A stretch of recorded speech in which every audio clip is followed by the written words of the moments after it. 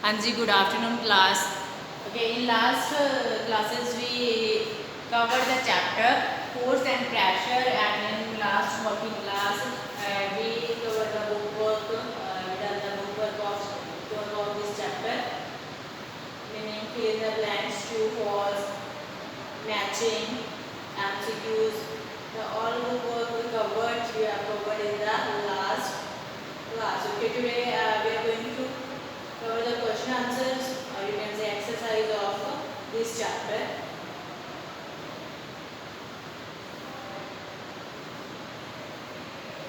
Okay, Rajesh. Firstly, very short question answers. First question is you find the unit of pressure. हमें क्या define करना है? Pressure का unit क्या है? डिफाइन करना है. 1 Pascal. What are the units of pressure? The unit of pressure is Pascal.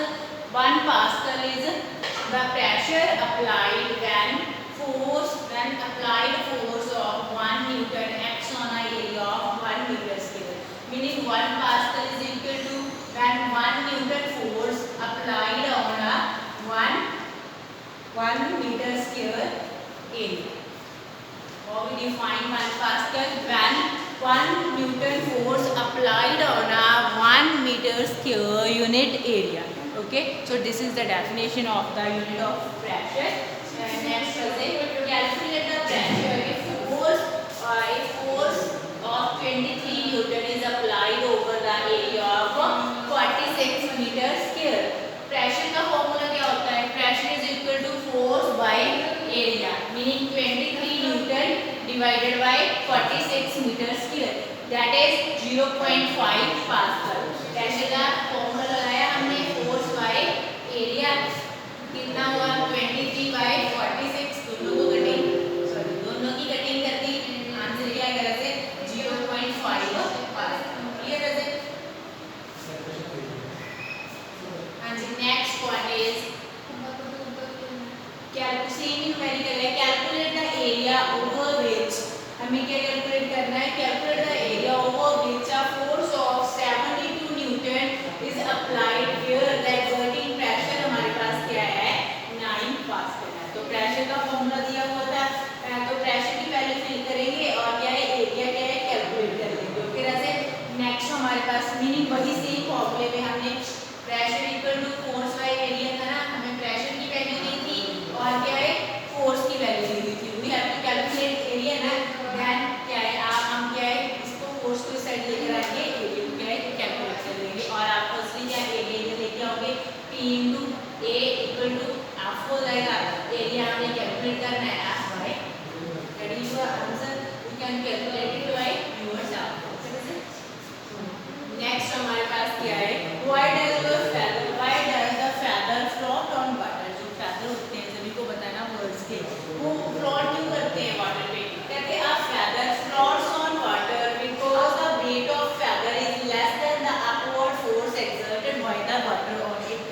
क्यों रजे वो फ्लोट करते हैं? बिकॉज जो वेट, जो फोर्स का वेट है, जो उस पर क्या है अपवर्ड डायरेक्शन में फोर्स एक्सर्ट हो रहा है, जो उसमें क्या है अपवर्ड डायरेक्शन में फोर्स क्या है एक्सर्ट हो रहा है, वो फोर्स क्या होता है रजे लेस होता है. ठीक है, इसके कारण क्या है जो फेदर है वो क्या है फ्लोट करता रहता है. नेक्स्ट क्वेश्चन क्या है रजे? An inflated balloon was pressed against the wall after it has been rubbered with a piece of synthetic cloth. It was found that balloon stick to the wall. What force might be responsible for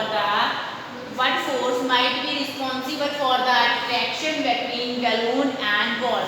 कहते हैं एक balloon था जिसे क्या हमने जैसे क्या wall के अगेंस्ट प्रेस किया, प्लीज करिए, जिसे क्या है हमने किया है वॉल के अगेंस्ट क्या है प्रेस किया है. उसके बाद क्या है एक सिंथेटिक क्लॉथ का आपने क्या बैलून लिया, आपने एक सिंथेटिक क्लॉथ से जैसे किया है उसे क्या है कि आपने रब किया. उसके बाद आपने क्या देखना है उसी बैलून को जब आप वॉल के साथ स्टिक करोगे ना तो वो क्या है वॉल के साथ क्या है एक अट्रैक्शन शो करेगा. तो जो वो अट्रैक्शन शो कर रहा है वॉल के साथ, उसका हमें क्या बताना है कि कौन से चार्ज, उस चार्ज का नेम बताना है. One word one sentence answer है कि कौन से चार्ज के कारण हो रहा है. That is electrostatic force. If you remember in class we done what electrostatic force, meaning the force in which a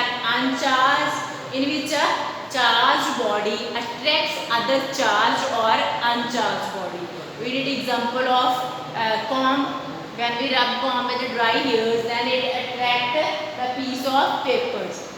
Same case here, we rub the balloon with the dry synthetic cloth. After that, balloon gets charged and it starts you can say produce attraction between balloon and the wall. So this is the reason electrostatic force. Okay, Raze.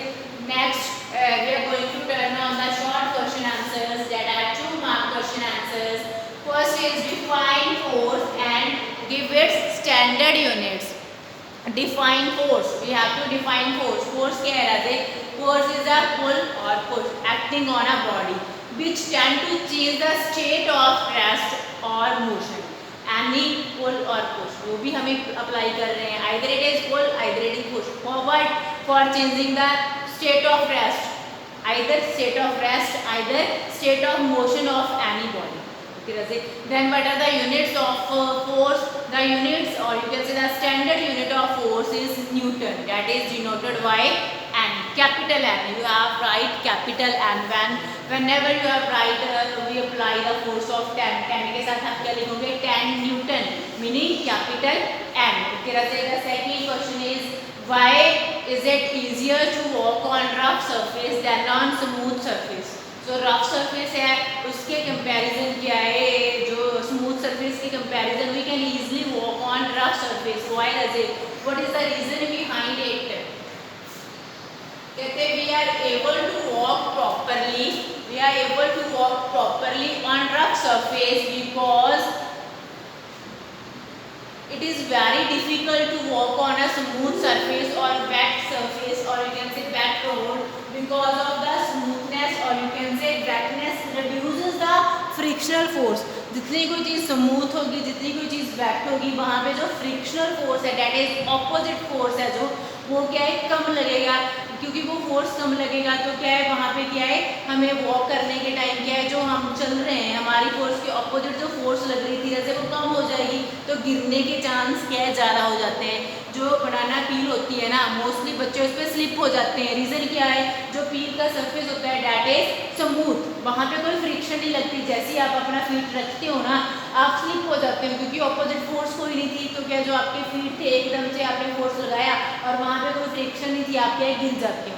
यही reason होता है कि smooth surface पे हम क्या कह सकते हैं वॉक करना क्या है मुश्किल होता है as compare to the rough surface because there is no frictional force और you can say the frictional force is in less amount और magnitude as compare to the rough surface. Okay, तो पूरे का पूरा रोल कौन play कर रहा है इधर? Frictional force. ओके रजे, नेक्स्ट हमारे पास क्या है? Name the different types of forces. What is the basis of their categorization? उस दिन भी हमने किया था जिस दिन टाइप्स की थी. Firstly what are the different types of the forces? Force की कौन कौन सी डिफरेंट टाइप्स है, on what basis we classify, और किस बेसिस पे हमने इन्हें क्लासीफाई किया हुआ है. जैसे सबसे पहले बात करें कौन कौन सी टाइप्स हैं तो और किस बेस पे क्लासीफाई किया है. सबसे पहले क्लासिफिकेशन का बेसिस क्या है? Interaction, in how they interact with other object. Okay, the interaction between any two objects, on that basis we classify the force, and on the basis of interaction between one or two objects we classify it as a contact and non-contact forces. Contact meaning direct interaction, that is in touch, in contact, directly in touch or physical contact with any object. That the force we apply is physically contact with other object. But non-contact meaning there is no physical contact directly with the other object. We just apply force by distance or you can say by space. So these are the two types of forces. The next one is give two examples each of the situation in which you push or pull the state of motion of object. हमने दो examples दिए हैं, इसके आप कोई भी example दे सकते हो जिसमें आप क्या है किसी भी object को क्या है pull कर रहे हो either push कर रहे हो.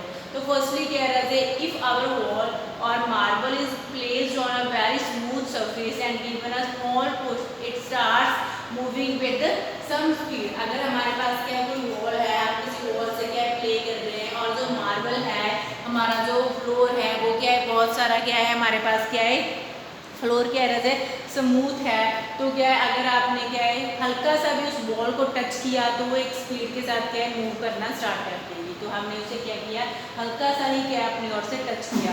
सेकेंड एग्जाम्पल क्या है, if a child is placed on a hanging swing in state and in rest state and his swing is pulled again and again by a rope will move to and fro with the speed. कोई बच्चे को हमने swing किसी झूले पे बिठाया हुआ है, उसके जो रॉप्स हैं जैसे ही हम उसे थोड़ा सा पुल करेंगे ना तो वो स्विंग क्या है टू एंड फ्रो मोशन समझते हो ना, जो हमारा पीरियोडिक मोशन ऑसिलेटरी मोशन था, ये वाला मोशन, ये मान लो ठीक है, ये मान लो एक मैंने बी की एग्जांपल ले ली, एक बच्चे को है जैसे ही हमने रोप को पुल किया देन क्या है वो ऐसे टू एंड फ्रो मोशन ना हाफ तक जो मोशन का वो होता है दैट इज पीरियोडिक मोशन। तो वो वाला मोशन क्या है वो करने लग जाएगा, मीनिंग जो उसकी स्टेट थी, हमने फोर्स अप्लाई किया ना तो उसकी जो स्टेट थी उसमें चेंज आया, उसका जो मोशन था उसमें चेंज आया। हमने इसी की 2 एग्जांपल्स देनी थी, आप कोई भी एग्जांपल्स दे सकते हो वैसे अपनी ओर से। नेक्स्ट हमारे पास क्या है, give two examples of the situation in which force applied cause a change in the shape of object। अभी हमने किया था स्पीड में चेंज, अब कौन सी एग्जांपल्स देनी है, उस जो हमारे पास सब्जेक्ट होगी जिस पे हम फोर्स अप्लाई कर रहे हैं उसकी शेप में चेंज आ रहा है।